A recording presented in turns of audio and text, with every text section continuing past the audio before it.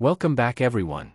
We saw in the last tutorial how to retrieve and display the client's list view and its details info. So now let's see how to insert a new client. Here you see the client's detail info from the client list view and now the delete feature. So let's start working on the feature of adding a new client. So first let's go to the urls.py file and declare a new URL path to add a new client. For the convenience of my work, I am copying the URL path of the register. And I'm pasting it at the very end. Now I'm replacing the text register here with add_client. As usual, after views write add_client. And also assign add_client as the name. Now let's go to the views.py file and create a function called add_client. And as usual, put the request parameter inside the parentheses. Now we need a return statement where we need to define an HTML page to add a new client. And here change the text home.html to add_client.html. And for now, leave the curly brackets blank. Later we will pass our client add form inside these curly brackets. Now let's create the add_client.html page inside the template folder. Now let's copy the extends tag, block content tag, and if statement from the home.html page and paste them into our newly created add_client page. Don't forget to close the if statement and block content tags. Here, I'm writing the title add new client with an h1 tag for our new page. We will add a new button on this client list page right after the title client list. So that by clicking on that button we can go to the page to add new clients. So let's add a button below the title on the home.html page.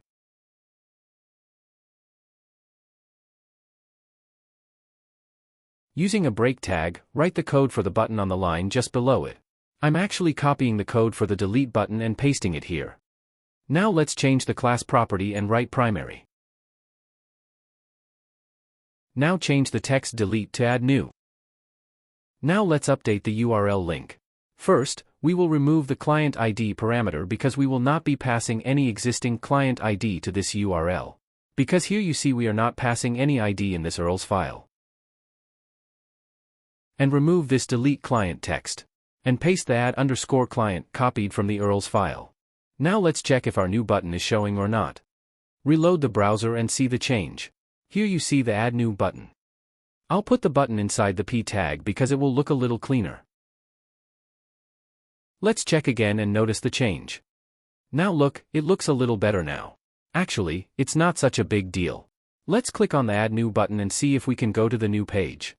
Wow, we were able to successfully access the new page. Now since we need to develop a form to add new clients, like the registration form, it also needs to use the post method and the Django CSRF token tag. Here I am copying the form post and Django CSRF token tags from the registration page. Actually, the copy-paste feature saves a lot of time. So let's paste the code we copied just after the h1 tag on the add client page. Here, inside the action, use the URL Django tag to write the property named addClient that we defined in the urls.py file. Here you see, in the urls.py file, I defined addClient in the name property. So, copy it and paste it here. Now we will use form.as_p Django tag after our CSRF token tag. Because here we will load our client add form. You already know that to load a Django form, you have to use this form as p tag. Now, let's copy the code for the register button from the register page for our convenience. And paste it under the form p tag. Don't forget to align the form closing tag. Now let's go to the form.py file and create a form to insert a client record. First we need to import the client model class. So type from .models import client. This will allow us to access all the fields in the client table. Now let's define a class for the client add form. It would be great if we maintain some comments for this form, because we will define more forms in this file later. Now we will define a class called addClientForm. And inside the parentheses, write forms.modelForm. This model form will actually help us assign field properties to the client's model class we defined. The full name, email, phone and other fields of the model class can be easily relate with the properties of the form class we defined. Now let's define the client fields whose data we want to insert into the database through the client form, in this addClientForm class. First we will take the full name. Then I'll get the email. Then I'll take the phone number. This may sound a little boring, but we have to define them this way. Then I'll take the address field. Let's take a look at what other fields are left from the model class. Okay, city, state, zip code and created@ fields are left. So take the city field. Now define the state field. Now that the zip code is left, take the zip code field as well. Let's check again to see if there are any fields left. Oh, the created@ field is left out. Let's add this field too. Okay, to make our work easier at this stage, let's copy the text input code for full name from the fields we defined for the registration form. So let's copy this code and paste it in this full name field. And for the email field, copy it from the registration form in the same way and paste it along with this email field. Since I defined the remaining fields as character fields, I can copy the full name input field and apply it to all the remaining fields. So let's copy it and paste for all the remaining fields respectively. Just take a look here, change the title that is in the placeholder here and write the placeholder title for your respective field. So here I'm writing the placeholder title phone for the phone field. Now do the same for the remaining fields. Let me tell you a little bit, if you want to use any other input type like drop-down, radio button or text box here, change char field to the field type you want to use. You can take help from Django official documentation for this. Well, you remember that we had set the created@ field data to be auto-inserted into the database as the current date time by default.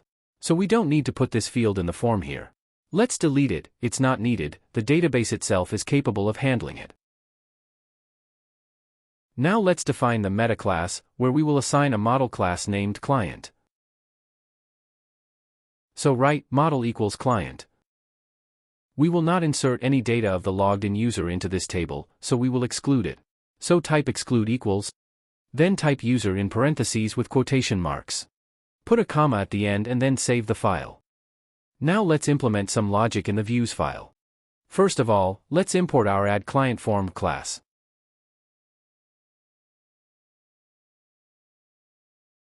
Now inside the addClient function, let's declare an object called form.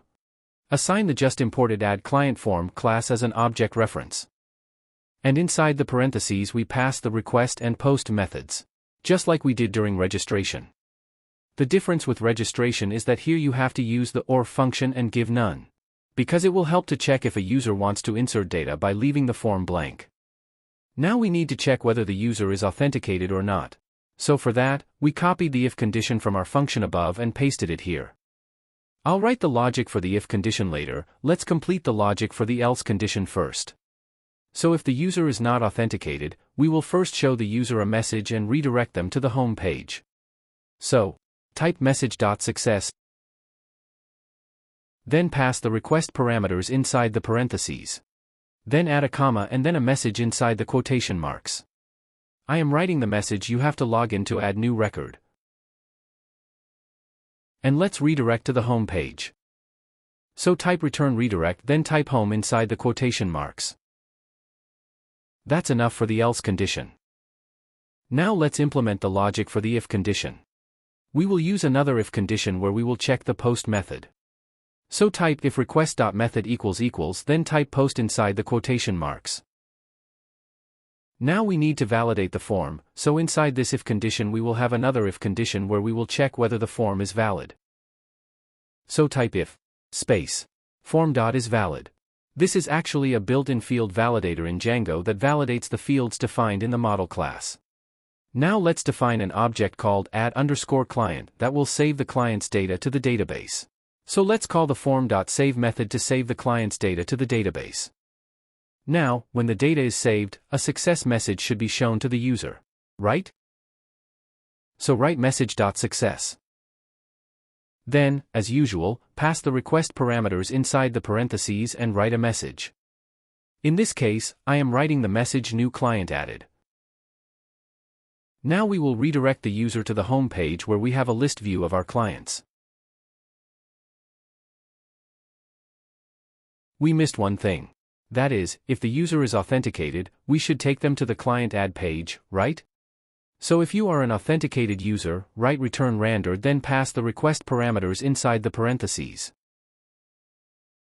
Then put a comma. And give this file name to the add client page that we created. Here we paste add client.html. Again, put a comma and pass the form inside the Django tag. We will basically pass this form object where we have defined an object reference named add client form. So inside the Django tag write form:form. So now save the file and let's take a look at the output of the work we've been doing so far. We are already on the add new client page, so we just need to reload the page. Wow! Our form is showing here. Let's start from home page. Click on the Add New button. OK. Showing the form to add a new client. So let's fill out this form to add a new client. I entered my full name as Robin. Now I am using the same name Robin as my email address. I'm giving you a random phone number here. I'm entering a random address in the same way. Here I am entering Dhaka as a city and state. I actually live in this city. Finally, enter the zip code and click this button to save it to the database. Wow, look, our new client's data has been successfully saved. We also see the success message here. Now let's log out. And try to access the form to add a new client. So to do that, enter the URL link to add the client in the address bar and hit enter. Here you see the message you have to log in showing. So our logic is working successfully. Nice. Now let's log in and see if we can access the client add form. OK. Log in successfully and we can access our form by clicking the Add New button. We will now add another new client and see if everything is working properly. Now I am filling out the form with the name Tanya. I don't know if this email address exists. I'm just entering a random email. Now enter the remaining fields such as address, city, state, and zip code. Now click on this button to save. The button name here should have been save. Anyway, our new client has been successfully saved. Here you see our new client is showing in this list. And by clicking on the name we can see its details and the back button is also working properly. Now let's add another new client and later we will delete this record. So that we can check whether the delete feature is working properly or not. Here I am adding a client named test data. Finally, enter the zip code and save. Great. New client successfully saved. Let's delete it now. Wow. Delete also worked properly. Great. Now let's look at our database. We need to look at the database too. Let's access the client table from our MySQL database. I have mentioned before that I am using a plugin for VS Code to access the database. Here you see that our last two added clients are showing and the deleted client named test data is not here. And you see that the created at field is also autofilled according to the date time of the form filling. So that's it for today. If you haven't subscribed to the channel yet, please subscribe. Because more real-life project tutorials on machine learning, AI, deep learning, data analysis, and data engineering are coming very soon. Thank you for now, see you in our next tutorial.